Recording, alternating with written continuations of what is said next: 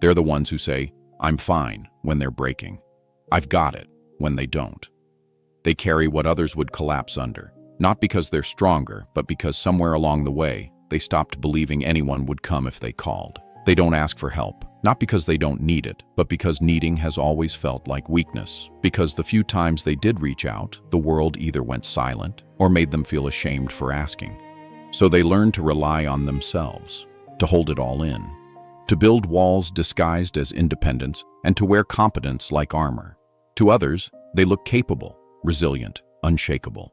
The one everyone turns to, the one who always handles things. But no one sees what that costs.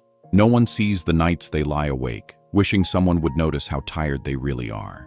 They don't want to be rescued. They just want to feel safe enough to rest, to not have to hold it all together for once, to stop performing strength for a world that mistakes silence for self-sufficiency. Because the truth is, they don't need help with everything. They just need to know they won't lose love for needing anything. This is the story of people who never ask for help, not because they don't trust others, but because they were taught long ago that trusting might hurt more than the struggle itself. No one is born afraid to ask for help. We all begin life reaching out, crying, trusting that someone will come. But somewhere along the way, some people learn a painful lesson, that asking doesn't guarantee receiving. For some, it started in homes where help was conditional, where you could only need things at the right time, in the right way, where emotions were inconvenient and weakness made people uncomfortable. When they cried, they were told to stop. When they struggled, they were told to figure it out. And when they finally asked for comfort, the response was silence, irritation, or shame. So they stopped asking. Others grew up watching their parents break under the weight of their own lives. There wasn't space for their needs, not out of cruelty, but out of survival. They learned to self-soothe, to adapt, to disappear into competence. They learned that being low maintenance made them easier to love. They became the quiet child, the helper, the one who stayed out of trouble, did everything right, and never asked for much, because needing too much made people tired. And over time, this pattern hardened into identity. They began to believe that strength meant silence, that needing help made them weak, dramatic, or burdensome, that love was safest when it wasn't tested. So they learned to hold everything in, the sadness, the fear, the confusion. They became their own comfort, their own savior, their own shelter, and the world applauded them for it. Independent, strong, resilient. No one realized those words were just elegant ways to describe alone. Because underneath all that strength, there's still a child who remembers what it felt like to ask for help, and to be met with disappointment instead of care. That's the wound that shaped them. Not just being denied help, but being made to believe that needing it made them unworthy of it. And so, they carry that lesson into adulthood, where the cost of vulnerability still feels too high, and the safest way to survive is to do it all, alone. The child who learned not to ask for help grows into the adult who never does. They wear independence like armor, polished, uncracked, impenetrable. They're the ones who hold everyone else together, who solve problems before anyone notices there's a problem. They're the voice of reason, the steady hand, the reliable one. If something goes wrong, they'll fix it. If someone's struggling, they'll step in. If a friend breaks down, they'll stay up all night listening and never once mention what they're going through themselves. They're admired for it. People call them strong, selfless, dependable.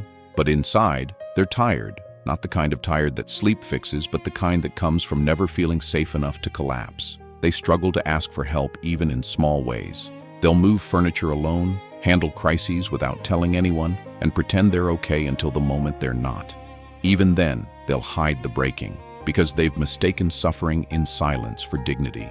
They tell themselves they don't want to burden anyone, that others have enough to deal with.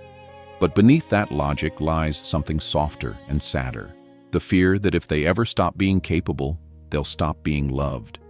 They've built their worth on self-reliance. So the thought of needing someone feels like failure. They'll say, "I just like doing things myself." But what they mean is, depending on someone has never felt safe. In relationships, they're the giver, endlessly patient, endlessly composed. They'll care deeply but quietly, never letting their own needs show. If someone hurts them, they rationalize it. If someone leaves, they tell themselves it's fine, because needing anything in return feels dangerous, like standing at the edge of a cliff they've fallen from before. Even their kindness is shaped by caution. They help not only because they care, but because helping makes them feel secure. It keeps connection on their terms, safe from the risk of disappointment. But there's a cost to being everyone's anchor. Eventually, even the strongest hand begins to shake, because strength without rest turns into isolation. And independence, when carried too far, becomes a cage built of pride and fear. The irony is, they give others the very thing they deny themselves.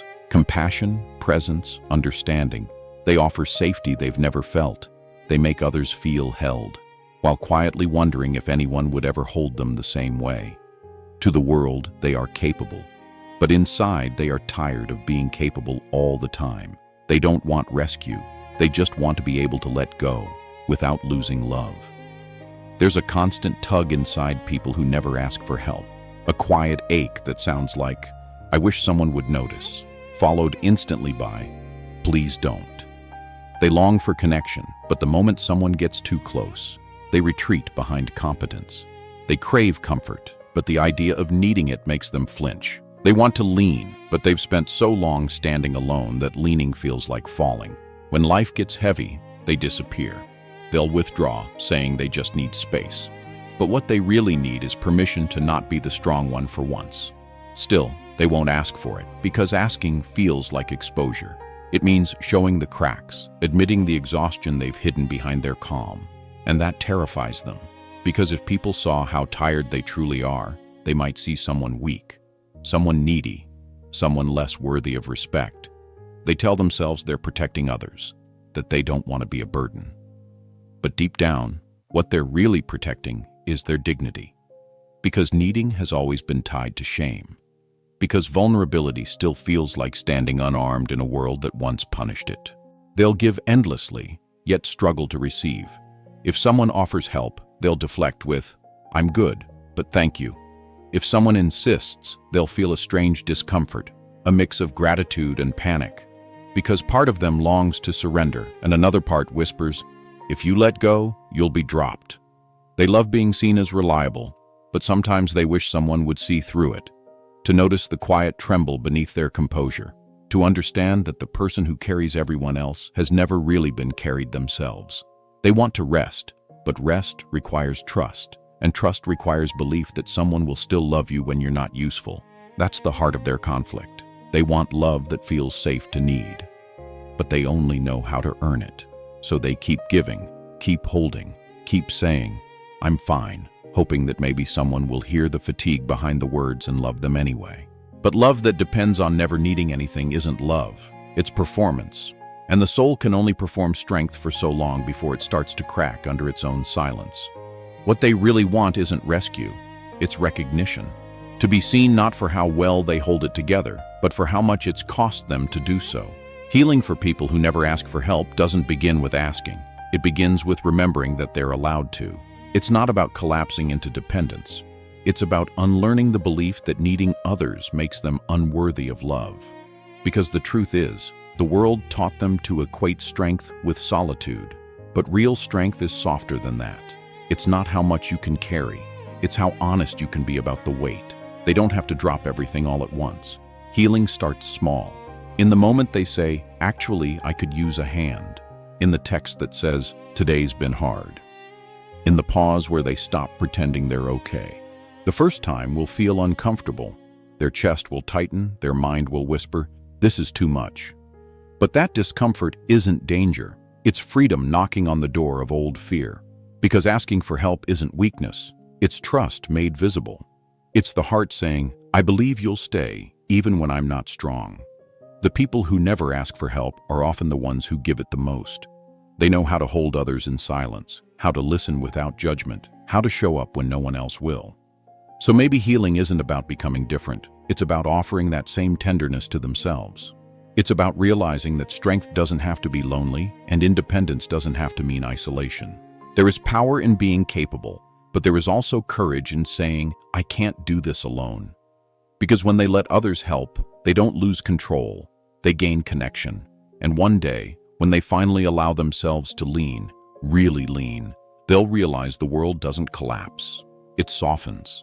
It catches them. And in that moment, they'll understand something they've forgotten for years. They were never meant to carry everything alone. They were meant to share the weight. So to the ones who never ask for help, you are not a burden. You are human.